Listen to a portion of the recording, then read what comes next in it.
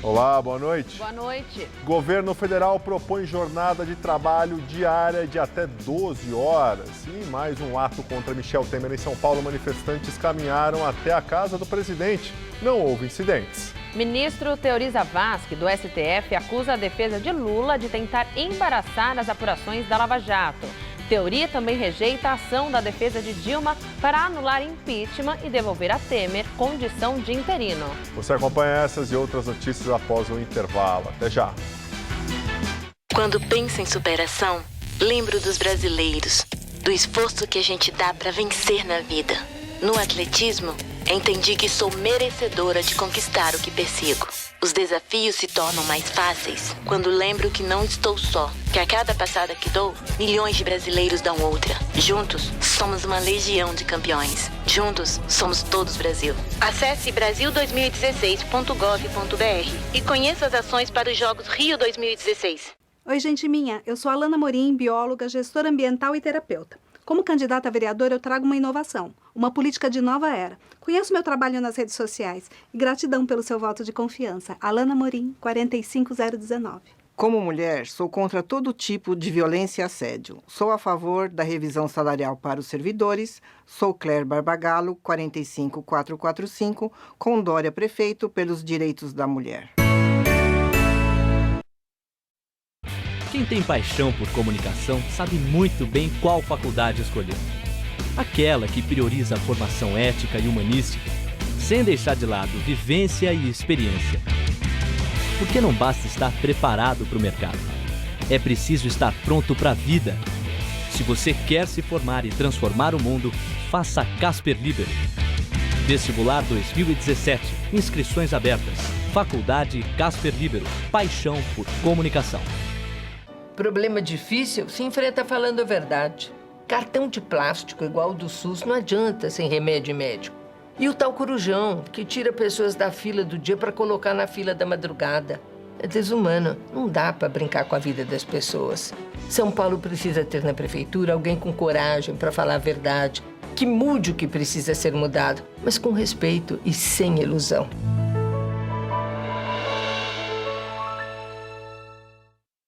Hoje no Todo Seu tem gastronomia de primeiríssima qualidade.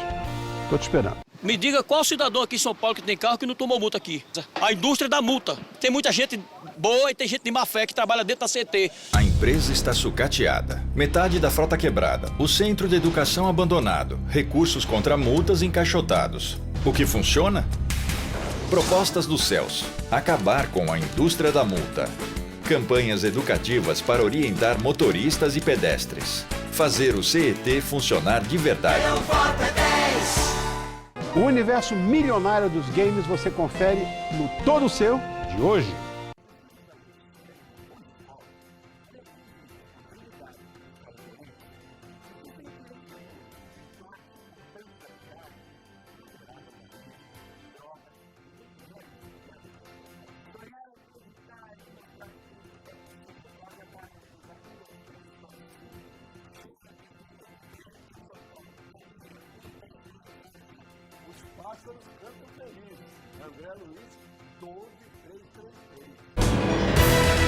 São Paulo, uma das maiores metrópoles do mundo, guarda em cada canto muitas questões e muitos problemas.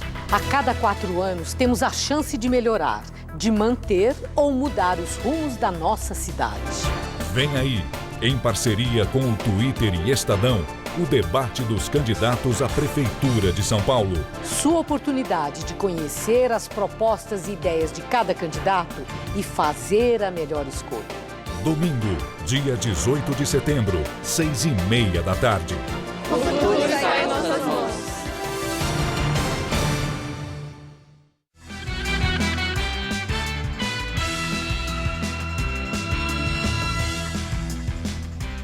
São Paulo tem mais um protesto contra o governo do presidente Michel Temer. Dessa vez foi em Pinheiros, na Zona Oeste, e não houve incidentes. O grupo começou a se concentrar no Largo da Batata, na zona oeste da cidade, por volta das 5 da tarde. O ato foi organizado pela Frente Brasil Popular e pelo movimento Povo Sem Medo. Também participaram integrantes da CUT, a Central Única dos Trabalhadores, do Movimento do Sem Teto e de partidos políticos como o PSTU. O ato contou ainda com coletivos que lutam pelos direitos das mulheres. A polícia reforçou a segurança no local. Várias pessoas que saíam do metrô Faria Lima tiveram mochilas e bolsas revistadas.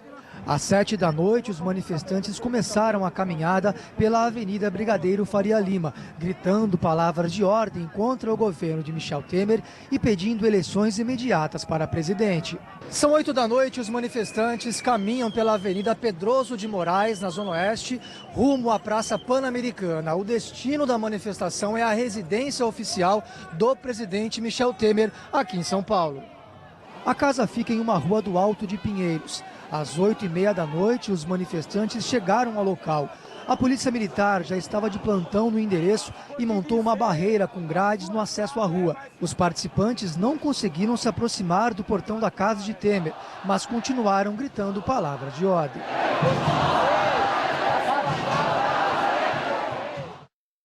Representantes do Ministério Público, Prefeitura de São Paulo, Governo do Estado, OAB e também do Poder Judiciário se reunirão hoje para traçar estratégias para garantir a segurança nos protestos que acontecem aqui na capital contra o governo Temer.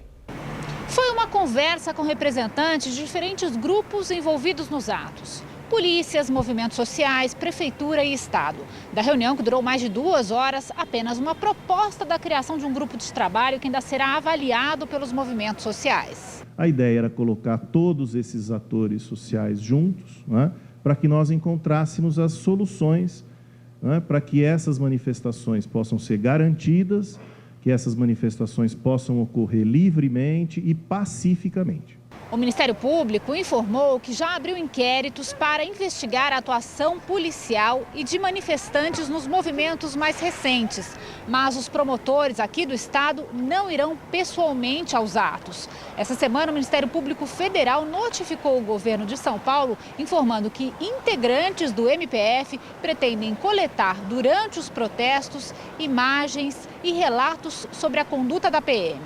O secretário de Segurança Pública, Mágino Barbosa Filho, também participou da reunião aqui no Ministério Público e disse que as denúncias sobre abusos policiais na manifestação do último domingo estão sendo apuradas. Policiais que teriam se insurgido contra frequentadores de estabelecimentos comerciais, há momento em que a profissional de imprensa teve dificuldade de exercer o seu trabalho. Todas essas situações já estão sendo objeto de apuração no âmbito da Secretaria da Segurança Pública. Mágino informou que o tenente-coronel Henrique Mota, comandante da tropa do último domingo, será afastado das manifestações. A decisão foi feita após a repercussão de uma postagem do policial no Facebook comentando a conduta de uma estudante que perdeu a visão com um estilhaço de bomba. Supremo Tribunal Federal rejeita pedidos para suspender processo que pode levar à cassação de Eduardo Cunha na Câmara. A votação será na segunda-feira e ele foi notificado via Diário Oficial da União. Cunha diz que vai comparecer à sessão. Um dos pedidos apresentados pela defesa era para que Eduardo Cunha não fosse processado na Câmara, já que está afastado do mandato por determinação do próprio Supremo Tribunal Federal. Cunha foi afastado das funções em maio, acusado de tentar atrapalhar as investigações contra ele na Câmara. E em junho, ele renunciou à presidência da Casa. O relator, ministro Roberto Barroso, rebateu a tese da defesa de Cunha. Alegou que o deputado continua sendo o titular do mandato e está sendo processado por atos que teriam sido praticados em seu exercício. E alegou ainda que não cabe ao judiciário interferir em processos do legislativo. Barroso foi acompanhado por 9 ministros. O único que votou contra foi Marco Aurélio Mello. A votação, que pode levar à cassação de Cunha, está prevista para a próxima segunda-feira na Câmara. Ele deve usar o tempo disponível para se defender na tribuna. Pelo regimento interno da Câmara, Cunha pode falar por cerca de 25 minutos e o advogado dele pelo mesmo tempo. Antes falará o relator do caso, o deputado Marcos Rogério, do DEM de Rondônia. Após as falas, começa a votação, que será será aberta e por meio eletrônico. Para Cunha ser cassado, são necessários pelo menos 257 votos. Os aliados do PMDBista devem apresentar recursos para tentar fatiar a votação, a exemplo do que ocorreu no impeachment de Dilma no Senado. Os aliados de Cunha querem uma pena mais branda ao deputado, como a suspensão por 6 meses. Eduardo Cunha é acusado de quebra de decoro ao ter mentido sobre a existência de contas no exterior na CPI da Petrobras no ano passado. O processo dele teve início em novembro e já é o mais longo da história da Câmara. No Supremo Tribunal Federal, ele é réu em 2 ações penais dentro da Lava Jato e alvo de outros inquéritos no esquema de corrupção da Petrobras. Procurado há 4 dias desde que foi deflagrada a Operação Greenfield, Carlos Alberto Caser, ex-diretor-presidente do Fundo de Pensão dos Trabalhadores da Caixa, o FUNCEF, se entregou. Humberto Pires Viana de Lima, ex-gerente do FUNCEF, e Guilherme Narciso de Lacerda, também ex-diretor-presidente do fundo, tiveram as prisões temporárias prorrogadas. A Operação Greenfield apura irregularidades nos 4 maiores fundos de pensão do país. E, de acordo com as investigações, o rombo nesses fundos pode chegar a 50 bilhões de reais. O ministro Teori Zavascki negou o pedido apresentado pela defesa de Dilma Rousseff para anular a votação do impeachment. A decisão foi em caráter liminar. O caso deve ser julgado em definitivo pelo plenário do Supremo, ainda sem data marcada. Teori destacou que só em hipótese extremada o tribunal deve intervir de forma precoce na decisão sobre impeachment de presidente da República. Ainda segundo o ministro, a defesa pôde se defender ao longo do processo, mas não conseguiu convencer a maioria necessária dos membros do Senado Federal. Teori também negou o pedido para que Michel Temer voltasse a ser presidente interino, como queria a defesa de Dilma. Na semana passada, Dilma foi condenada no Senado e perdeu o mandato por 61 votos a 20. No entanto, os senadores mantiveram os direitos políticos dela. E ao negar o pedido da defesa de Lula, o ministro Teori Zavascki diz que ex-presidente tenta embaraçar as investigações da Lava Jato. A defesa do petista queria que as investigações sobre o ex-presidente saíssem do âmbito do juiz Sérgio Moro e fossem para o Supremo. Na Justiça Federal no Paraná, Lula é alvo de 3 investigações por suspeita de corrupção, falsidade ideológica e lavagem de dinheiro. Elas se relacionam ao sítio de Atibaia, ao triplex em Guarujá e às palestras contratadas por empreiteiras. Na decisão, Teori Zavascki frisou que o STF tem amplo conhecimento sobre os processos da Lava Jato e as fraudes na Petrobras, e que a reclamação de Lula constitui mais uma das diversas tentativas da defesa de embaraçar as apurações. O ministro lembrou ainda que Lula recorreu ao STF para questionar a decisão de Moro, que deu publicidade às gravações telefônicas entre Lula e Dilma. Para Zavascki, o petista busca dar aos procedimentos investigatórios contornos de ilegalidade, como se isso fosse a regra.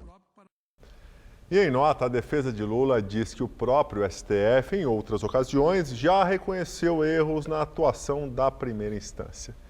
E disse ainda que é profundamente preocupante que o direito de defesa possa ser encarado pelo Supremo como um fator de entrave às investigações. E agora vamos ao comentário de Josias de Souza, direto de Brasília. Ao negar mais um pedido dos advogados de Lula para suspender um processo que corre contra ele em Curitiba, na vara do juiz Sérgio Moro, o ministro Teori Zavascki do Supremo Tribunal Federal anotou em seu despacho algo que até os brasileiros de 5 anos de idade já perceberam.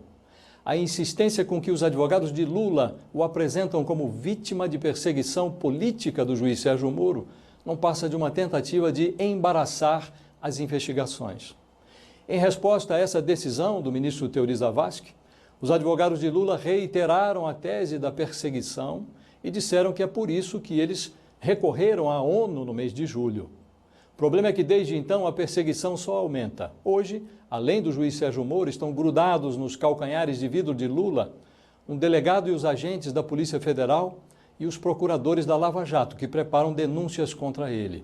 Diante de uma conspiração tão grande, Lula tem 2 alternativas. Ou ele pede a convocação de uma Assembleia Geral da ONU, ou, o que parece mais simples, ele contrata novos advogados que cuidem urgentemente da sua defesa. Boa noite. Ministério da Educação divulga índice de desenvolvimento da educação básica de 2015. E o destaque é o desempenho do ensino médio, bem abaixo da meta. O ministro Mendonça Filho classificou o resultado como uma tragédia, uma catástrofe. De acordo com os resultados, o desempenho dos alunos do ensino médio no país está estagnado desde 2011 e abaixo dos patamares previstos. A meta do MEC era uma nota de 4,3 em 2015, mas a média alcançada pelos estudantes ficou em 3,7. O mesmo aconteceu com o ensino fundamental 2, que compreende os alunos do 6º ao 9º ano. A meta era de 4,7, mas a nota deles não passou de 4,5. Somente o ensino fundamental 1, que abrange do 1º ao 5º ano, teve um desempenho acima da expectativa de 5,2. A nota dos alunos foi 5,5. O IDEB é um indicador geral da educação nas redes privada e pública, divulgado a cada 2 anos pelo Ministério da Educação e que tem metas projetadas até 2021. É uma tragédia, principalmente nos anos finais do ensino fundamental e no ensino de nível médio no Brasil, que infelizmente está muito distante de algo que seria razoável. Em nome do presidente Temer, nós já demandamos ao Congresso a votação da urgência, em regime de urgência, do projeto que reformula a educação de nível médio no Brasil, e nós entendemos que, se porventura a pauta do parlamento estiver bloqueada por número excessivo de medidas provisórias com relação a outros temas, o presidente da República poderá até editar uma medida provisória para atender à urgência da necessidade das modificações na educação de nível médio no Brasil. E o governo Temer vai propor o aumento de 8 para 12 horas, o máximo permitido para a jornada de trabalho diária, já considerando as horas extras. A medida faz parte da reforma trabalhista preparada pelo governo. Mas o limite semanal vai continuar sendo de 48 horas. Além disso, o governo vai sugerir a permissão para que sejam feitas contratações por hora trabalhada. E o Brasil estreia na Paralimpíada e conquista 4 medalhas. Agora à noite, 2 medalhas na natação. Daniel Dias, o maior medalhista brasileiro na história dos Jogos, foi ouro nos 200 metros livres. E Ítalo Pereira ficou com o bronze na prova de 100 metros nado costas. Mais cedo, o atletismo trouxe uma prata e o primeiro ouro dos Jogos, conquistado pelo atleta Ricardo Costa no salto em distância para cegos. O atleta sul-mato-grossense liderou a prova na maior parte do tempo, apesar da disputa acirrada com o americano Lex Gillette, que garantiu a prata na competição. O bronze ficou com o ucraniano Ruslan Katushev.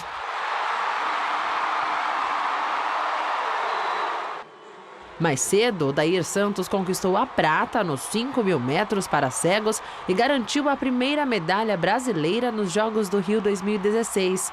Mas um recurso do Comitê Paralímpico Brasileiro contra o vencedor da prova, o queniano Samuel Kimani, pode alterar o lugar no pódio do brasileiro. Segundo o CPB, Kimani infringiu normas no uso da venda, que estaria levantada, e não comunicou que faria a troca de guia antes da prova. O Senado aprovou agora à noite uma medida provisória que reduz o número de ministérios de 32 para 26. O texto foi enviado pelo presidente Michel Temer em maio, logo que ele assumiu interinamente. A mudança acaba com alguns ministérios e funde outros, como a Controladoria Geral da União, que passa a integrar o Ministério da Transparência. Segue o texto para a sanção do presidente Michel Temer. E nós ficamos por aqui. A edição de hoje pode ser vista no site do Jornal da Gazeta. Até amanhã. Boa noite, Gabriel. Até amanhã, Tássia. Muito obrigado pela companhia. Amanhã estamos de volta às 10 horas. Tenha uma boa noite e fica agora com o Rony Von no Tudo Seu. Tchau.